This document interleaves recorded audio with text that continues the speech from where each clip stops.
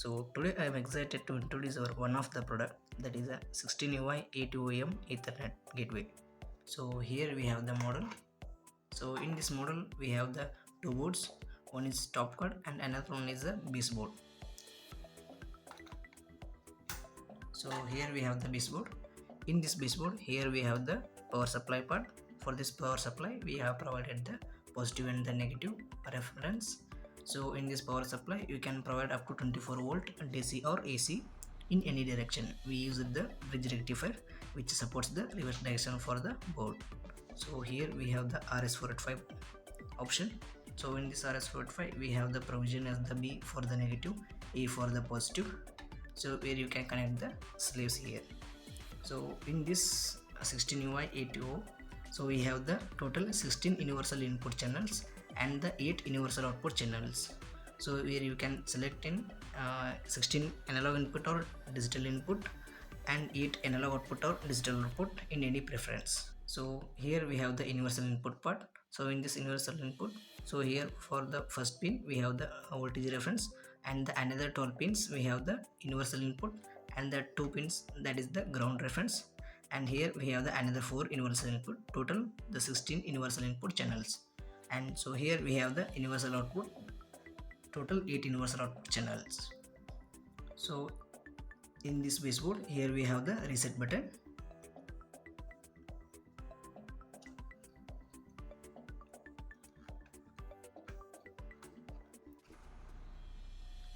So here we have the top code. In this top code we have the RJ45, that is the Ethernet part, and here we have the reset button. So the top code will take the voltage through the baseboard only, so no need to provide the voltage from the outside. So through this top code we can change the analog input or digital input for the universal input channel, and also we can change the as a universal output as an analog output or a digital output through the web page. So we have provided the web page interface. So through the web page interface, whenever you select the channels for the particular preference, so according to that only the board will configure. So for the analog input we have the two provisions in the boards. According to the requirement we will provide. So in the analog input we have the 0 to 10 volt also, and the 4 to 20 also. So in the universal input part, as an analog input we have the two provision for this board. According to the requirement we will provide. So for the analog input we have the 0 to 10 volt, and also we have the 4 to 20 milliampere also. So here the connection is connected. So here I provided the 12 volt DC and have connected with the one slave, and here the top card. For the top card I have connected with the Ethernet cable. So now open the default IP. So before going to the IP we need to open the network setting. In the network setting for the Ethernet we have the properties. So in the properties go to the internet protocol version. So in that the IP should be 192.168.1.10 or anything except the 177. So after setting the IP setting, so open the default IP address, that is a 192.168.1.177. The web interface has opened. So in this by default it will be a UI as a DI, that is a digital input, UO as a analog input, that is a AO. So by default I have the DI. So as you scroll down you will get the data section. In the data section you have the UI data. So here whatever the UI you have selected as a AI or a DI, you will get that data here live. So currently I have selected the DI. So now I will check with the DI. So here I have the UI part. So currently I have set with the DI. So I have taken the reference, that is a 12 volt. So I have checking with the DI1. So whenever I check with the DI1, so here I got the LED high, and also in the web interface the data is showing as a 1. So same with the DI2, so and the DI3, DI4, DI5 and the rest all things. up to here we have the DI12, and these two are the grounds, and don't short with the grounds. And here I have the another 4 UI.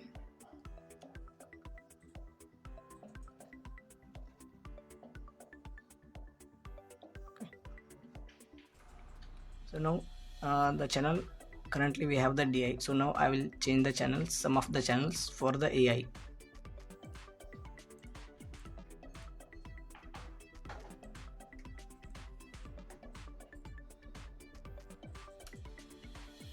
So currently I made some of the channel as a AI. After updating the status, it will take 3 to 4 seconds. So once refresh the page, so here the UI status is updated. So here also you will get the current value data. So currently I have set first, third, fourth, fifth, sixth and 8th channel as a AI. So on that channel I will get the AI values. So I will take the reference as the 5 volt. So the first channel I have set as a AI. So I am getting the data, that is a resolution 996. So for the 10-bit we will get the 1023. So here the second channel, that is a DI. So if I take the 5 volt same as the reference, so I will check with the second channel, I will get the DI data. So that is the 1. So for the third channel I have set for the AI. So I will get the resolution, that is a 996. So for the same other channels, as per the selected channels you will get the data properly. So this is all about the UI channels. So you can set in also as a 10 volt, and also you can set the NTC. So where you can connect the NTC sensor, so it will show the NTC data value in the UI section. So whenever you are connecting with the NTC, the multiple channels you are connecting the UI, so you need to make the ground as the common, so then the data will get properly. So this is the UI section. So for the UO section, by default it will be a EO. So for also we have the here Modbus part. So for this we have need to connect the sleeves, so where we can get the sleeve data through the TCP. So currently I have connected the one slave. So after connecting the slave, for the slave we have the port, that is the server port, that is a 503. For the slave data we need to fetch through the Modbus TCP. For that we need a server port, that is a 503. And for the UI data we need to fetch through the Modbus TCP. For that we need to use the server port, that is the 502. So currently I have need to fetch the data as the sleeves. So I will connect with the 503 as a port. So here the slave has connected. Here I am using the dummy slave. So here I have connected the slave. So as the slave data I am getting in the Modbus TCP as a 503 port. And here I have connected with the 502 port, that is for the UI data section. So the both ports are connected properly. And as you know, I can check with the AI also and DI also. So here I have set the function, that is the 1 for the DI. So currently I have the channels, that is the second channel I have the DI.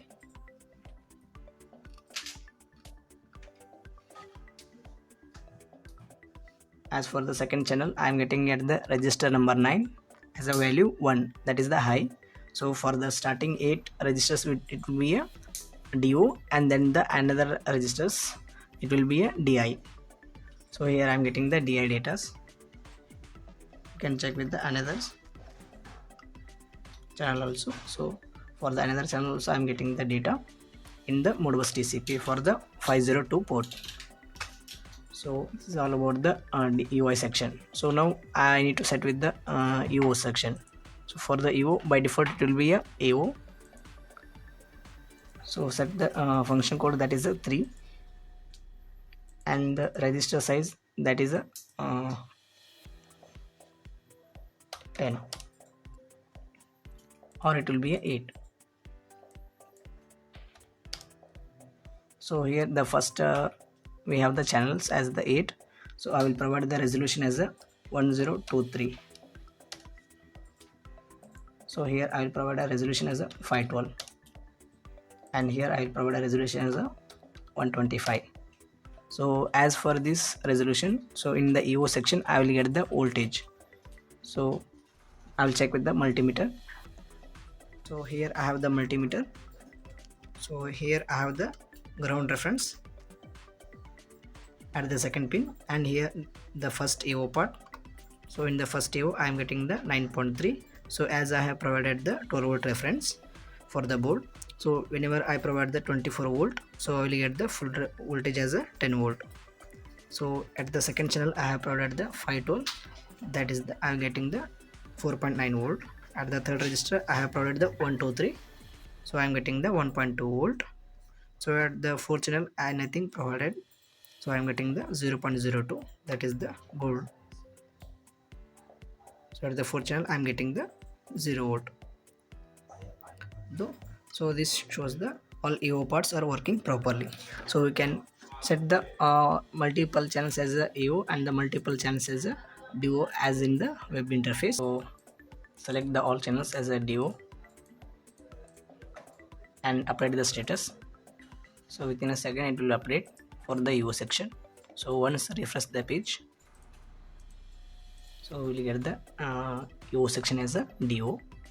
So now open the Modbus, and after connecting the 502 port, so go to the setup and go to the read and write definition and select the function code, that is the 1. So for the DO and the EO section we have the different function codes. For the DO it will be a function code 1, and also for the DI it will be a function code 1. So I have connected with the function code 1. So 8 DO I have, so for that I have selected with the 8 registers. In the first register, so I will provide the value as a high, so that the DO has turned on. So I will make the DO2 as a high, so I will turn the value as the on. So now the DO2 will turn on. So here, so I will make with the DO3 as a high. So here I will get the DO3 as a high. So I will make with the same for the all DOs. So you can also select the multiple channels as a EO or the EO. So you can select some of the channels as a EO and the some of the channels as a DO and work with the simultaneously. So as per the selected channels you can provide the values. So this is all about the EO section, and also you can here we will getting the slave data also properly. As the for the slave ID you can get the data properly. For the UI section, whenever you are connecting with the sensors, so on the time the all sensor ground should be a common, so then the data of the all sensors will fetch properly. So here the all things, and in the web interface you have the multiple options. So here this is all about the UI/EO sections. So in the Modbus TCP part we have the IP addresses. So here by default it will be a 177, so you can change the IP also. And in the update login, here we have set user can set their own username and the password. So during the UI/EO web page it will asking for the security purpose, that is the ID and the password. So where user can set their own ID and the password, then update the login details. So the new ID it will be a save. So here the sum of the channels I have selected as a AI, and the sum of the channels I have selected as a DI. So for the EO I have selected the all channels as a DO. So now I need to get these all UI/EO channels to the default. So for that, just here we have the reset button. So press the reset button more than 5 seconds.